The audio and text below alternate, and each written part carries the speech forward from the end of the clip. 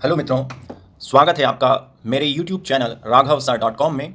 आज हम कक्षा 10th विषय विज्ञान के अध्याय 4 कार्बन एवं उसके यौगिक के महत्वपूर्ण ज्ञान आधारित प्रश्न को समझेंगे। आज का हमारा प्रश्न है, हाइड्रोकार्बन किन्हें कहते हैं, इनके प्रकारों का वर्णन कीजिए। संतृप्त व असंतृप्त हाइड्रोकार्बनों को उदाहरण देकर समझाइए। इस प्रश्न के उत्तर को भी हम उदाहरणों के माध्यम से समझेंगे। पहले हम आपको कुछ यौगिकों को दिखा रहे हैं। ये देखिए, यहां कुछ यौगिक हैं जिनके नाम है मेथेन, एथेन, प्रोपेन, ब्यूटेन। साथ ही साथ कुछ और यौगिक देखिए, यहां पर भी कुछ और यौगिक हमने आपको दिखाए हैं। ये कुछ और यौगिक और ये कुछ और यौगिक। इन सभी को आप गौर से देखें। ये सब यौगिक हैं। ये 2 या 2 से अधिक परमाणुओं के एक निश्चित अनुपात में मिलने से बने हैं। लेकिन इन यौगिकों को जब आप गौर से देखेंगे तो आप पाएंगे कि इनमें केवल कार्बन और हाइड्रोजन तत्वों के ही परमाणु हैं। इसके अलावा किसी तीसरे तत्व का परमाणु यहां नहीं है। केवल कार्बन परमाणु है और केवल हाइड्रोजन परमाणु है। चूंकि यहां पर कार्बन परमाणु है, कार्बन परमाणुओं की अधिकता है, इन यौगिकों के गुणों का निर्धारण कार्बन परमाणु कर रहा है, इसलिए इन्हें हम कहेंगे कार्बनिक यौगिक। लेकिन कार्बन के साथ साथ इनमें हाइड्रोजन परमाणु और हैं, तो इनको हम कह देंगे अब हाइड्रोकार्बन। अर्थात ऐसे कार्बनिक यौगिक जिनमें केवल हाइड्रोजन और कार्बन परमाणु ही पाए जाते हैं, उन्हें हम हाइड्रोकार्बन्स कहते हैं। तो ये सारे हाइड्रोकार्बन हैं। ये देखिए, ये सीधी श्रृंखला वाले हाइड्रोकार्बन हैं, ये शाखित श्रृंखला वाले हाइड्रोकार्बन हैं, ये चक्रीय या रिंग या वलयनुमा संरचना वाले हाइड्रोकार्बन हैं, और ये कुछ और हाइड्रोकार्बन के उदाहरण हैं। तो हाइड्रोकार्बन तो हमें समझ में आ गया, लेकिन हम इनको बांटें कैसे, इनको वर्गीकृत कैसे करें? तो वर्गीकृत करने का आसान तरीका हम आपको बता रहे हैं। गौर से देखें। यह एक हाइड्रोकार्बन है। यह एक कार्बनिक यौगिक है जो कार्बन और हाइड्रोजन परमाणु से मिलकर बना है। इसे गौर से देखें तो आप पाएंगे कि यहां पर कार्बन और कार्बन के मध्य केवल एक बंध है।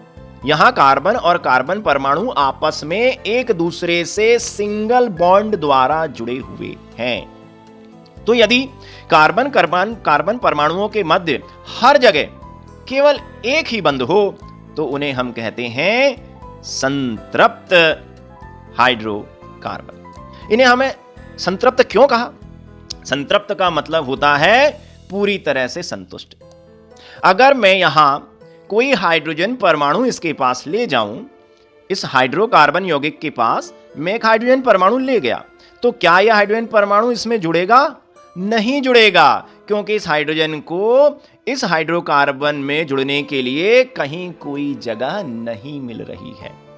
तो यदि कार्बन कार्बन के मध्य सभी जगह सिंगल बॉन्ड है, उसकी चारों संयोजकताएं अलग अलग परमाणुओं से जुड़ी हुई हैं, वह अन्य हाइड्रोजन परमाणुओं को अपने में नहीं जोड़ सकता, तो ऐसे हाइड्रोकार्बन को हम संतृप्त हाइड्रोकार्बन कहते हैं। ये देखिए, ये सारे के सारे संतृप्त हाइड्रोकार्बन हैं, और संतृप्त हाइड्रोकार्बन के उदाहरण होते हैं एल्केन, जैसे मेथेन, एथेन, प्रोपेन एवं ब्यूटेन।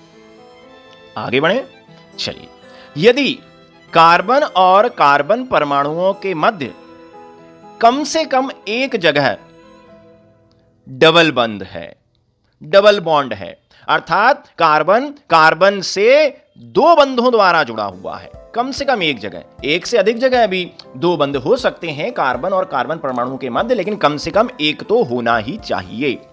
तो यदि किसी हाइड्रोकार्बन यौगिक में कार्बन की मुख्य श्रृंखला के अंदर कार्बन परमाणुओं के मध्य कम से कम एक जगह द्विआबंध है, डबल बॉन्ड है, या फिर ट्रिपल बॉन्ड है, तो उन्हें हम कहते हैं असंतृप्त हाइड्रोकार्बन। इन्हें हम असंतृप्त हाइड्रोकार्बन क्यों कह रहे हैं? क्यों? क्योंकि यदि मैं इनके पास हाइड्रोजन परमाणु लेकर जाऊं, ये लीजिए मैं हाइड्रोजन परमाणु ले गया, तो यह हाइड्रोजन परमाणु आसानी से इस हाइड्रोकार्बन यौगिक में जुड़ जाएगा। कैसे जुड़ेगा? यहां आप देख रहे हैं ना, कार्बन कार्बन के मध्य डबल बॉन्ड, इसमें से एक बंध टूट जाएगा और 2 हाइड्रोजन यहां पर जुड़ जाएंगे और ये एथेन में बदल जाएगा। इसी प्रकार यहां अगर मैं हाइड्रोजन परमाणु ले जाऊं इथाइन के पास, तो क्या होगा? इसके जो 3 बंध हैं उसमें से 2 बंध टूट जाएंगे और यहां पर 4 हाइड्रोजन परमाणु आकर जुड़ जाएंगे। तो ऐसे हाइड्रोकार्बन जो अन्य हाइड्रोजन परमाणुओं को अपने में समाहित कर सकते हैं, जोड़ सकते हैं, जिनकी कार्बन की चारों संयोजकताएं अलग अलग परमाणुओं से जुड़ी नहीं होती, बल्कि उनकी 2 या 3 संयोजकताएं आपस में ही 2 कार्बन परमाणुओं से जुड़ी होती हैं, उन्हें हम असंतृप्त हाइड्रोकार्बन कहते हैं। तो ये दोनों हो जाएंगे असंतृप्त हाइड्रोकार्बन। जहां कार्बन कार्बन के मध्य डबल बॉन्ड है उसे हम कहते हैं एल्कीन, और जहां कार्बन कार्बन परमाणु के मध्य 3 बंध हैं उस असंतृप्त हाइड्रोकार्बन को हम कहते हैं एल्काइन। तो अब आप इन ऊपर के उदाहरणों को छांट सकते हैं। ऊपर हमने जितने भी यौगिक दिए हैं उसमें से ये सब संतृप्त हाइड्रोकार्बन हैं, क्योंकि यहां कार्बन कार्बन के मध्य एक ही बंध है और ये अन्य हाइड्रोजन परमाणु को अपने से नहीं जोड़ सकते। जबकि दूसरी तरफ बनाए हुए हाइड्रोकार्बन यौगिक जो हैं वो असंतृप्त हैं। इनमें कार्बन कार्बन के मध्य कम से कम एक जगह 2 और 3 आबंध हैं, अर्थात ये अपने में अन्य हाइड्रोजन परमाणुओं को जोड़ सकते हैं।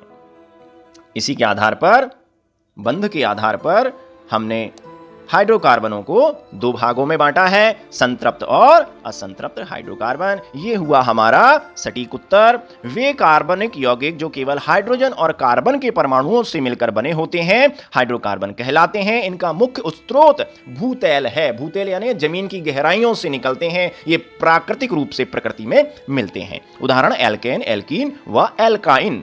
हाइड्रोकार्बन के प्रकार: संतृप्त हाइड्रोकार्बन, जिस हाइड्रोकार्बन में कार्बन परमाणुओं के बीच केवल एक सहसंयोजक बंध पाया जाता है उन्हें संतृप्त हाइड्रोकार्बन कहते हैं। उदाहरण एल्केन। असंतृप्त, जिस हाइड्रोकार्बन में कम से कम एक कार्बन कार्बन द्विबंध या कम से कम एक कार्बन कार्बन त्रिबंध पाया जाता है उसे असंतृप्त हाइड्रोकार्बन कहते हैं। द्विआबंधित हाइड्रोकार्बन एल्कीन तथा त्रिआबंधित हाइड्रोकार्बन एल्काइन कहलाते हैं।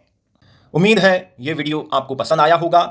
इसे अधिक से अधिक लाइक एवं शेयर कीजिए तथा ऐसे अन्य शिक्षास्पद वीडियो को देखने के लिए मेरे चैनल को सब्सक्राइब कीजिए। बहुत बहुत धन्यवाद।